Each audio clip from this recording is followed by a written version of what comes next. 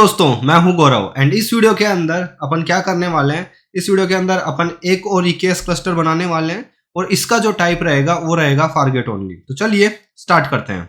मैं यहाँ पे जाता हूँ क्रिएट क्लस्टर पे एंड यहाँ पे मैं नाम दे देता हूँ YT डेमो फारगेट ओनली। उसके बाद में मैंने यहाँ पे सिलेक्ट किया है केवल और केवल forget only. Forget and managed instance क्या होता है and forget and self manage instance क्या होता है, ये मैं पिछले वीडियोस में बता चुका हूँ। सब कुछ डिफॉल्ट छोड़ रहा हूँ एंड क्रिएट पे क्लिक कर रहा हूँ। यहाँ पे आपको कुछ भी प्रोविजनिंग नहीं करनी है, केवल और केवल सिलेक्ट करना है मेथड। ठीक है, तो आप यहाँ पे देख सकते हैं YT डेमो फारगेट ओनली जो है ये क्लस्टर सक्सेसफुली क्रिएट हो चुका है। इसके अंदर चलते हैं एंड कैपेसिटी प्रोवाइडर में देखते हैं कि अपने को वहां पे क्या क्या दिख रहा है। यहाँ पे आप देख सकते हैं इंफ्रास्ट्रक्चर एंड इंफ्रास्ट्रक्चर के अंदर आपको केवल दो ऑप्शन दिख रहे हैं कैपेसिटी प्रोवाइडर में, फारगेट एंड फारगेट। चलिए अब क्या करते हैं, अब एक टास्क डेफिनेशन बनाते हैं एंड उस टास्क डेफिनेशन से अपन एक टास्क बनाते हैं। टास्क डेफिनेशन पे चलते हैं and create new task definition and create new task definition. यहाँ पे मैं दे देता हूँ ओके। यहाँ पे मैंने सिलेक्ट कर रखा है केवल और केवल AWS फारगेट। अगेन यहाँ पे आपको सिलेक्ट करना है ऑपरेटिंग सिस्टम।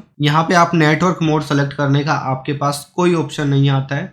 यहाँ पे आप CPU सिलेक्ट कर सकते हैं एंड अगेन बताया था मैंने लास्ट वीडियो में, यहाँ पे आप इन्फो में देख सकते हैं अगर आप जो vCPU है उसकी वैल्यू अगर 0.25 लेते हैं तो पॉसिबल मेमोरी की वैल्यूज क्या क्या हो जाती है। चलिए इसको कर देते हैं 0.25 vCPU एंड मेमोरी मैंने यहाँ पे 0.5 GB ले लिया है। यहाँ पे आप रोल्स दे सकते हैं, मैं इनको नन छोड़ देता। सब कुछ इतना। यहाँ पे आप आपका जो नेम है वो दे सकते हैं, मैं यहाँ पे दे सकता हूँ माई प्रोफाइल एंड यहाँ पे मैं जो इमेज है वही इमेज यूज कर रहा हूँ जो मैंने पिछले वीडियोस में यूज की है। कुछ भी नहीं है। अगर आपकी इमेज है वो किसी प्राइवेट रेपोजिटरी के अंदर है तो आप यहाँ पे डाल सकते हैं एंड उस प्राइवेट रेपोजिटरी को यूज कर सकते हैं। अगेन कंटेनर का जो पोर्ट है वो जो एक्सपोज हो रहा है आपका एप्लीकेशन वो किस पोर्ट पे एक्सपोज हो रहा है, यहाँ पे मैंने पोर्ट 80 दे रखा है। अगेन यहाँ पे आप नाम दे सकते हैं, रिक्वायर्ड तो नहीं है ये पर ठीक है। उसके बाद में यहाँ पे आप जो लिमिट है वो लिमिट कॉन्फ़िगर कर सकते हैं।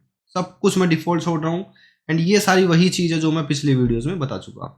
लॉग कलेक्शंस मैं अगेन ये हटा देता हूँ एंड यहाँ पे मैंने आपको ऑलरेडी बता चुका है कि किस तरीके से आप इनको यूज़ कर सकते हैं। हेल्थ चेक को, रिस्टार्ट पॉलिसी को, अगर आपको नहीं पता है कि हेल्थ चेक क्या होता है, रिस्टार्ट पॉलिसी क्या है, मीन्स आपने मेरे डोकर के या कंटेनराइजेशंस के वीडियोस नहीं देखे हैं।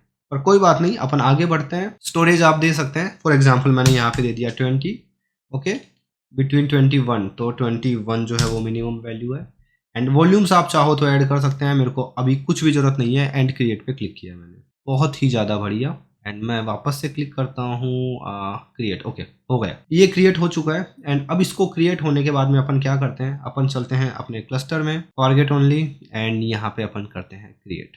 अगेन यहाँ पे अगर आप चाहो तो सर्विस क्रिएट कर सकते हो। मैं यहाँ पे आपको एक टास्क क्रिएट करके दिखा रहा हूँ, run a new task and यहाँ पे मैं सेलेक्ट कर लेता हूँ forget only task demo and again revision कर सिलेक्ट कर सकते हैं। फॉर एग्जांपल आज आपका जो एप्लीकेशन है उसका V1 है, कल आप उसको एप्लीकेशन को अपडेट करोगे तो वो V2 हो जाएगा या जो भी नया वर्जन होगा वो होगा। एंड अगेन टास्क ग्रुप वगैरह सब कुछ डिफॉल्ट छोड़ रहा हूँ मैं। यहाँ पे आप देखिए कैपेसिटी प्रोवाइडर, अगेन मैं इसको यहाँ पे फारगेट ही छोड़ रहा हूँ, कुछ भी एक्स्ट्रा नहीं कर रहा हूँ मैं। तो यहाँ पे मैं कैपेसिटी प्रोवाइडर जो है उसको मैंने सेलेक्ट कर लिया है फारगेट। उसके बाद में आप प्लेटफॉर्म का वर्जन सेलेक्ट कर सकते हैं, मैं डिफॉल्ट जो भी है उसी को वहीं छोड़ रहा हूँ। अगेन आप चाहो तो नेटवर्किंग सेलेक्ट कर सकते हो, मैं यहाँ से मेरा जो भी प्राइवेट सबनेट है उसको हटा रहा हूँ।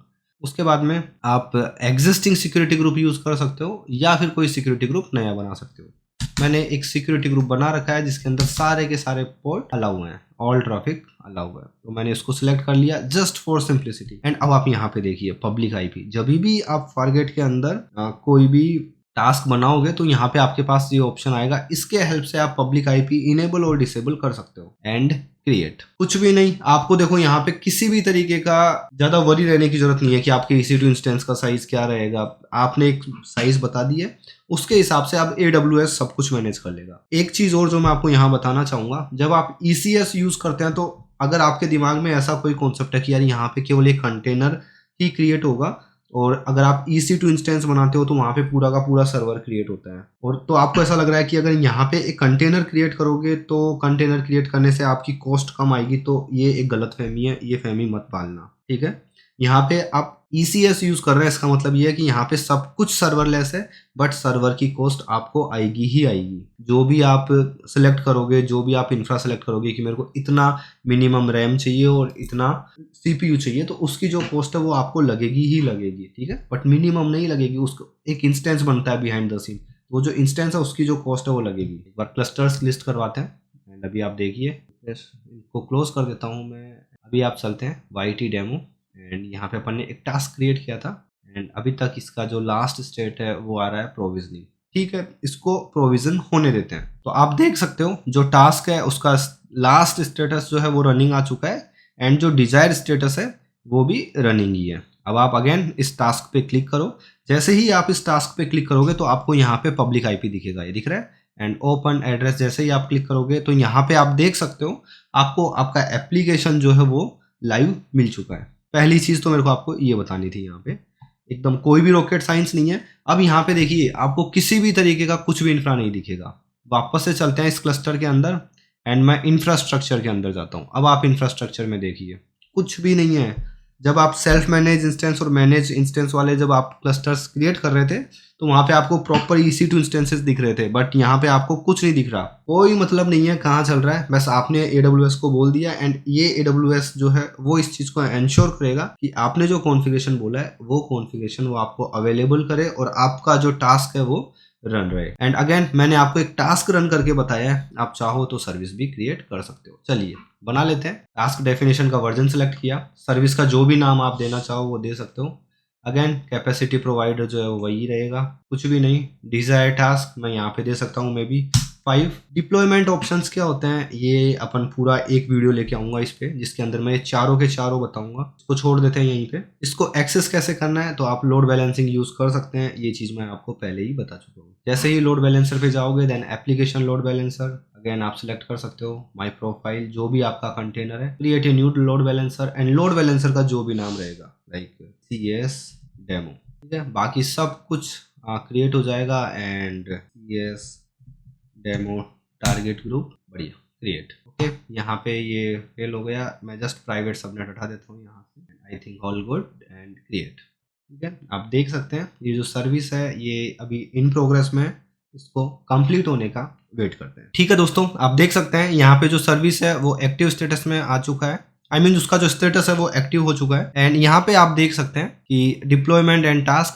0/5, मतलब अभी तक कोई सा भी रनिंग में नहीं आया है जैसा इसमें दिखा रहा है एंड ये इन प्रोग्रेस में। तो वेट करते हैं इसके कंप्लीट होने का। अपन ने उस सर्विस के अंदर पहुंच चुके हैं एंड अपन एक एक टास्क देख रहे हैं एंड आप ये सारे के सारे टास्क का स्टेटस देख सकते हैं। कुछ एक्टिवेट हो रहे हैं, कुछ पेंडिंग में एंड कुछ प्रोविजनिंग में। रिफ्रेश में भी अभी कुछ आ जाए। यस, एक अप आ चुका है एंड वेट करते हैं इस सारे के सारे रिप्लिकास के अप आने का। एंड जब तक ये अप आ रहा है तब तक अपन देख लेते हैं हेल्थ एंड मैट्रिक्स। यहाँ पे सब कुछ ठीक लग रहा है एंड मैं टास्क में जाता हूँ। टास्क में अपन ऑलरेडी थे, लॉग्स एंड डिप्लॉयमेंट्स में चलते हैं, ये भी सब कुछ ठीक दिख रहा है। अपन उसके बाद चलते हैं कॉन्फ़िगरेशन एंड नेटवर्किंग में चलते हैं। यहाँ पे आप ये पूरा का पूरा इसका नेटवर्क कॉन्फ़िगरेशन देख सकते हैं एंड साथ ही साथ जो चीज़ देखनी है वो है DNS नेम। ये DNS नेम क्या है? ये है आपके लोड बैलेंसर का elb.amazonaws.com, ठीक है। ओपन एड्रेस पे मैं क्लिक करता हूँ तो आप देखिए अपन अपना जो लोड बैलेंसर का जो URL था मैं उस पर रिडायरेक्ट हो चुका हूँ एंड अब अगर मैंने लोड बैलेंसर पे मैं मेरे सारे के सारे रिप्लिकास पे ट्रैफिक भेज रहा हूँ लोड बैलेंसर की हेल्प से, तो अब आपको इतना तो आता होगा कि कैसे आप इस लोड बैलेंसर पे ट्रैफिक लेके आ सकते हैं यूजिंग राउट 53। ये जो चीज़ है मैं ऑलरेडी कवर कर चुका हूँ राउट 53 के अंदर, ठीक है। एंड अगेन अब अपन चलते हैं टास्क में एंड होपफुली सारे के सारे अब आ गए होंगे बट अभी तक नहीं आए हैं। एक्टिवेटिंग आ रहे हैं, वेट करते हैं। मैं इस पेज को रिफ्रेश करता हूँ, अभी आप देख सकते हैं सब कुछ रनिंग में चल रहा है, ठीक है। And services and auto scaling आप यहाँ पे देख सकते हैं। यहाँ पे जो आपके जो टास्क काउंट है, नोट सेट एंड टैग्स, आप टैग्स दे सकते हैं कि आपका जो ये जो क्लस्टर है या ये जो सर्विस है ये किस एप्लीकेशन की है, वो सारे के सारे टैग्स दे सकते हैं। उससे होगा क्या कि जब आप कॉस्ट निकालोगे या फिर आप जब कॉस्ट एक्सप्लोरर में जाओगे तो आप देख सकते हो कि किस प्रोजेक्ट की कितनी कॉस्ट आ रही है। तो ये बहुत इंपॉर्टेंट चीज़ है, ऐसे छोड़ के मत सोचना कि हाँ टैक्स है कुछ वैल्यूज देनी है, नहीं, टैक्स प्रॉपर देना अगर आप प्रोडक्शन एनवायरनमेंट में काम कर रहे हैं तो, ठीक है। सो यस, ये मैंने आपको बता दिया है। अब एक बार अपन क्या करते हैं, अपन चलते हैं वापस से इस क्लस्टर के अंदर जाने के बाद में अपन इंफ्रास्ट्रक्चर में चलते हैं एंड आप देखिए यहाँ पे कुछ भी नहीं दिख रहा है। चलिए अब अपन क्या करते हैं, अपन चलते हैं EC2 के अंदर एंड EC2 के अंदर जाके अपन जानने वाले हैं इलास्टिक लोड बैलेंसर में। वहां जाके देखने वाले हैं ये जो लोड बैलेंसर है जिसको अपन ने अभी एक्सेस किया था ये वहां बना हुआ है या नहीं है। ये रहा लोड बैलेंसर, चलते हैं, देख सकते हैं ये वही लोड बैलेंसर है जो अभी थोड़ी देर पहले अपन ने बनाया था। इस पर मैं क्लिक करता हूँ। अभी आप देखिए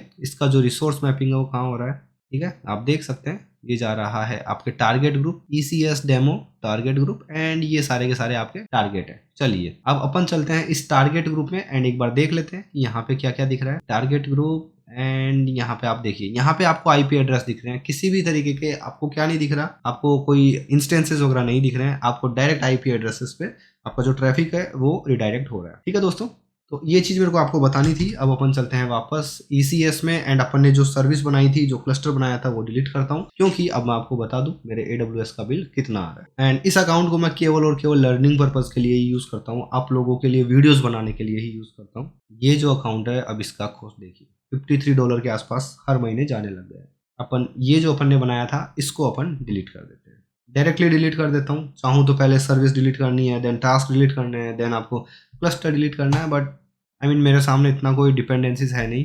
डिलीट क्लस्टर, कॉपी कर लेता हूँ इसको, Ctrl+C and Ctrl+V and delete. बढ़िया, ठीक है दोस्तों। तो इस वीडियो में अपन ने क्या किया, इस वीडियो के अंदर अपन ने एक ECS का जो क्लस्टर था वो क्रिएट किया था। उसके अंदर अपन ने एक टास्क डेफिनेशन बनाई थी एंड उस टास्क डेफिनेशन के हेल्प से अपन ने क्या किया था, उस टास्क डेफिनेशन के हेल्प से अपन ने एक टास्क बनाया था और साथ ही साथ एक सर्विस बनाई थी। सर्विस को अपन ने with the help of load balancer access किया था। ये जो चीज़ है ये अपन ने इस वीडियो में देखिए। चलिए ये डिलीट नहीं हुआ था, वापस से सर्विसेज पे जाता हूँ एंड डिलीट करने का ट्राई करता हूँ। Let me just refresh this page first. Okay, services तो सारी डिलीट हो चुकी है, सारे के सारे डीएक्टिवेटिंग स्टेट में। जब तक ये जो एक टास्क है मैं इसको डिलीट कर देता हूँ। Stop all. बढ़िया, चलिए तो आप देख सकते हैं दोस्तों यहाँ पे ये डिलीट हो गया है। एक चीज़ जो आपको फारगेट में सबसे अच्छी लगी होगी कि आपको कुछ भी प्री प्रोविजन नहीं करना पड़ा कि भाई मेरा EC2 इंस्टेंस कहाँ बनेगा, कैसे बनेगा, आपको कुछ ध्यान ही नहीं रखना है। जितना भी है वो सारा का सारा ध्यान कौन रख लेगा, वो सारा ध्यान रख लेगा AWS खुद। एक चीज़ जो मैं यहाँ पे वेरीफाई करना चाहूँगा, जब अपन ने डिलीट किया है, सर्विसेज डिलीट की है और साथ ही साथ अपन ने क्लस्टर पूरा का पूरा डिलीट किया है, तो अपन ने जब सर्विस बनाई थी तो एक लोड बैलेंसर भी बना था। लेट मी चेक कि वो लोड बैलेंसर डिलीट हुआ है या नहीं हुआ। अगर वो नहीं हुआ होगा तो मैनुअली करना पड़ेगा एंड अगर नहीं किया तो उसका बिल अच्छा खासा बैठ जाएगा। तो आप देख सकते हैं ये लोड बैलेंसर यहाँ पे अभी भी रखा हुआ है। एंड टारगेट ग्रुप भी देख लेते हैं, टारगेट ग्रुप भी यहाँ पे ऐसे के ऐसे रखे हुए हैं। चलिए ये अभी ड्रेनिंग स्टेट में, सो मेरे हिसाब से ये अपने आप चले जाना चाहिए था। लेट अस वेट, कुछ देर इंतजार करते हैं। ये अगर आप अपने आप चल जाएं तो बेटर रहे। मैं कुछ भी नहीं कर रहा, 2 या 5 मिनट बाद मैं इस पेज को रिफ्रेश करूंगा और अगर ये नहीं गया तो मैं मैनुअली डिलीट करने वाला हूँ। तो ये अभी तक डिलीट नहीं हुआ है। एंड मैं आपको एक चीज़ और दिखाना चाहूँगा, जब भी आप कोई भी क्लस्टर डिलीट करते हो या फिर कुछ भी इंफ्रा क्रिएट कर रहे हो ECS के अंदर, तो बिहाइंड द सीन ये क्लाउड फॉर्मेशन यूज़ करता है। एंड अपन क्लाउड फॉर्मेशन में चलते हैं एंड वहाँ पे स्टैक का स्टेटस देख लेते हैं क्या है क्लाउड फॉर्मेशन एंड ये क्या होता है, इसको कैसे यूज़ करते हैं। मैं इसके ऊपर बहुत बड़ा वीडियो लेके आऊँगा, सो नो वरीज, एंड पूरी सीरीज़ लेके आऊँगा। वीडियो तो क्या, आप देख सकते हैं डिलीट जो है वो अभी भी इन प्रोग्रेस है, इसको कंप्लीट होने देते हैं। एंड आप देखिए ये वही है, क्लिक करते हैं इसको एंड इवेंट्स देख लेते हैं इसके। अभी आप देख सकते हैं यहाँ पे जो लोड बैलेंसर है उसमें चल रहा है डिलीट इन प्रोग्रेस। तो अगर अब अपन EC2 में जाएंगे तो ये अपने आप डिलीट हो जाएगा। मेरे को ये आपको बताना था EC2 एंड मैंने इसीलिए उसको खुद से डिलीट नहीं किया क्योंकि मैं चाहता था कि मैं आपको ये चीज़ बताऊं कि देखिए ये किस तरीके से डिलीट हो रहा है। एंड अगर नहीं होता है या फिर कई बार क्या होता है कि आपने डिलीट ट्रिगर कर दिया बट जो क्लाउड फॉर्मेशन की जो स्टैक है वो बीच में अटक जाती है या फिर वो एरर के साथ फेल हो जाती है एंड उस टाइम पे बहुत प्रॉब्लमेटिक हो जाता है। सो इट्स गुड कि एक बार जाके मैनुअली वेरीफाई कर लेना। यहाँ चलते हैं एंड मैं आपको दिखा दूँ, ये रहा लोड बैलेंसर एंड गायब, राइट। तो ये मैंने लोड बैलेंसर मैनुअली डिलीट नहीं किया है, मैं आपको बस यही बताना चाह रहा हूँ। ये अपने आप डिलीट हो गया जब आपने सर्विस डिलीट की, आपने इंफ्रा डिलीट किया अपने आप को। ठीक है दोस्तों, तो इस वीडियो के अंदर इतना ही, जो फॉरगेट है इस वाले वीडियो में इतना ही। ऐसा नहीं है कि ECS जो सर्विस है ये कंप्लीट हो चुकी है, आगे भी मैं इसके ऊपर वीडियोस लाता रहूँगा, बट इस वीडियो के अंदर अपन ने बेसिकली फोकस किया है फॉरगेट के ऊपर। ठीक है, कैसे आप एक क्लस्टर बना सकते हो और कैसे आप उसके अंदर सर्विसेज एंड टास्क बना सकते हो एंड कैसे आप उसको एक्सेस कर सकते हो। तो दोस्तों इस वीडियो में इतना ही, मिलते हैं अगले वीडियो में, बाय बाय।